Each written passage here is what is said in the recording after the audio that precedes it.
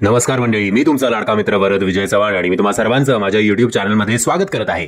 मंडळी, मैं अटल हूं म्हणजे असं मी नाही म्हणते, असा नावाचा एक सिनेमा येत्या 19 जानेवारी 2024 ला आपल्या भेटीला येणार आहे. अर्थातच हा एक बायोपिक आहे. आपल्या अटल बिहारी वाजपेयींवर हा सिनेमा आहे आणि अटल बिहारी वाजपेयींची भूमिका करतायत पंकज त्रिपाठी आणि नुकताच या सिनेमाचा ट्रेलर आपल्या भेटीला आलेला आहे. पण त्याआधी आज जो सिनेमा रिलीज झालाय त्याचं नाव आहे डुंकी. डुंकीचा सुद्धा मी रिव्ह्यू केला आहे. जर तुम्ही तो रिव्ह्यू बघितला नसेल त्याची लिंक मी तुम्हाला खाली डिस्क्रिप्शन बॉक्समध्ये देतोय. तो रिव्ह्यू बघा आणि मग ठरवा तुम्हाला डुंकी बघायला जायचं आहे की नाही ते. मंडळी, अटल बिहारी वाजपेयी माझे one of the favourite leaders होते आणि ते जेवढे फेवरेट होते ना तेवढाच हा ट्रेलर बघून, हा 3.5 मिनिटाचा ट्रेलर बघून पुन्हा एकदा मी पंकज त्रिपाठी आणि आपले मराठमोळी डिरेक्टर रवी जाधव यांच्या प्रेमात पडलोय. हा जो ट्रेलर आहे तो आउट ऑफ द पार्क 6 मारतात ना तसं काहीसं झालंय. रवी जाधवनी आणि एडिटर्सनी ज्या प्रकारे या ट्रेलरला एडिट केलंय आणि पंकज त्रिपाठी फुल इंटू द कॅरेक्टर वाटतोय. जसे वाजपेयींना आपण त्यांचे, मी तर खूप लहान होतो तेव्हा, बट जे काही माझ्या मेमरीजमध्ये ते आहेत तशीच्या तशी body language, dialogue delivery, expressions, त्यांचं ते मिश्किल असं निरागस लहान मुलासारखं जे हसणं होतं वाजपेयींचं, त्यांची जी स्माईल होती तशीच स्माईल त्रिपाठींनी सुद्धा आणण्याचा प्रयत्न केलाय.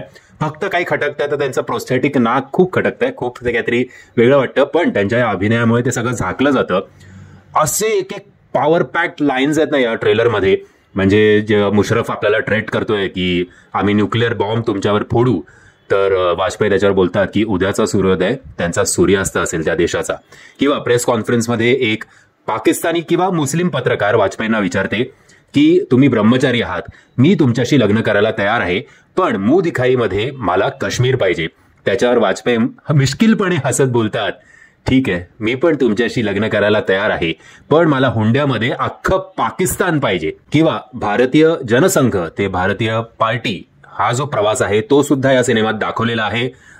जेव्हा पहिल्यांदा काश्मीरचा मुद्दा आय थिंक उपस्थित करण्यासाठी आता ठरवतात की नाही, आता आपल्याला इलेक्शन जिंकायला हवं. इलेक्शन जिंकल्यानंतर तेव्हा काँग्रेस डॉमिनन्समध्ये होतं. सो 505 लोकसभेच्या जागापैकी 403 ऑलमोस्ट काँग्रेसने घेतले होते, 90 का 100 बाकीच्या इतर पक्षांनी, आणि फक्त 4 मेंबर्स जे होते ते फक्त बीजेपीचे होते. आणि या 4 मेंबर्सनी कसं नाकीनव आणला इतर सगळ्या रुलिंग पार्टीला. हा जो काही माहोल होता तो हिट होता, म्हणजे मजा आली.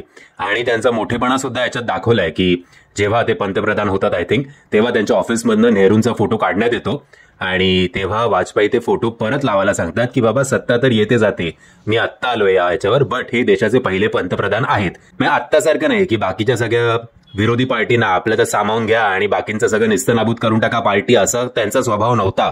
त्यांचा स्वभाव होता की सत्ता येते जाते, देश सगळ्यात महत्वाचा आहे आणि ज्या ज्या वेळेला ज्या ज्या लोकांनी जी काही कार्य केली आहेत त्यांच्या कार्याला आपण सलाम करायलाच हवा. आणि तेच आपल्याला या ट्रेलरमध्ये आणि आत्ताच्या रुलिंग पार्टीमधला फरक खास करून मला तरी जाणवला. जर तुम्हाला तो जाणवत नसेल तर मला कमेंटच्या माध्यमातून कळवा. ट्रेलरची लिंक मी तुम्हाला खाली डिस्क्रिप्शन बॉक्समध्ये देतोय. त्यावेळेचा अँबियन्स, त्यावेळेचा माहोल, त्यावेळेचे सेट्स, त्यावेळेचे कॉस्ट्युम, आत्ता तरी भाई फर्स्ट डे फर्स्ट शो म्हणजे असं वाटतंय. आणि बीजेपी तर आय थिंक या सिनेमाला फुल सपोर्ट करेल आणि अर्धे तिकीटचं तेच विकत घेतील असं मला वाटतंय.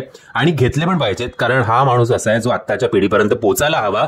आणि त्यांनी जे काही त्यांच्या आयुष्यात शिकवणी आपल्याला दिली होती ती त्यांच्याच पार्टीतले किंवा आत्ता आपण सगळेच विसरलोय, ती विस्मरणात जाण्याआधी पुन्हा एकदा या सिनेमाच्या माध्यमातून रिफ्रेश व्हावी आणि पुन्हा एकदा आपल्या पूर्वजांनी काय केलं आणि आता आपण काय करतोय हा प्रश्न प्रत्येकाला पडावा, असा हा ट्रेलर झालेला आहे. ट्रेलरच्या बाबतीत भाई फुल मार्क्स. कास्टिंग म्हणजे प्रमोद महाजन असतील, आपली सुषमा स्वराज असतील, सगळे त्या त्या कॅरेक्टर्समध्ये इतके सूट झालेत ना, आणि मजा येणार आहे हा सिनेमा बघायला. एकतर हल्लीच्या बॉलिवूडच्या सिनेमांपेक्षा काहीतरी वेगळं आपल्याला नक्कीच या सिनेमाच्या माध्यमातून बघायला मिळणार आहे.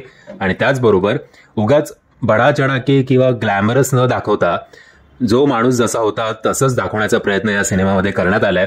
अनेक त्यांनी स्वतःच्या काळात कठीण प्रसंगांना ते सामोरं गेले, मग ते इमर्जन्सी असेल किंवा राम मंदिराचा तो काही सगळी कॉन्ट्रोवर्सी ती असेल, कारगिल युद्ध असेल, पोखरणचं ते टेस्टिंग असेल, आपली ती बस सेवा पाकिस्तान आणि इंडियामधली, सगळंच्या सगळं इतकं मजा आली. म्हणजे मी तर नॉस्टॅल्जिक झालो हा ट्रेलर बघताना. भले तेव्हा मी एवढं या सगळ्या गोष्टी जेव्हा घडत होत्या तेव्हा मला एवढी समज नव्हती, पण कुठेतरी या सगळ्या गोष्टींनी माझ्या मनात एक घर करून ठेवलं होतं की हा माणूस खरंच ग्रेट आहे. आणि आत्ता थोडं मोठं झाल्यानंतर, थोडी समज आल्यानंतर, म्हणजे असं मला वाटतं की मला थोडी समज आली आहे आल्यानंतर, जेव्हा आता हे मी पुन्हा एकदा खरा अँगल काय आहे हे जाणून घेण्याचा जेव्हा प्रयत्न करीन तेव्हा खरंच हा सिनेमा बघताना खूप मजा येणार आहे. पुन्हा एकदा या सिनेमाच्या सगळ्या मेकर्सना मानाचा मुजरा आणि हॅट्स ऑफ ज्या प्रकारे या सिनेमाचा ट्रेलर एडिट केलाय ते. म्हणजे जर तुम्ही हा ट्रेलर बघितला नसेल त्याची लिंक मी तुम्हाला खाली डिस्क्रिप्शन बॉक्समध्ये देतोय.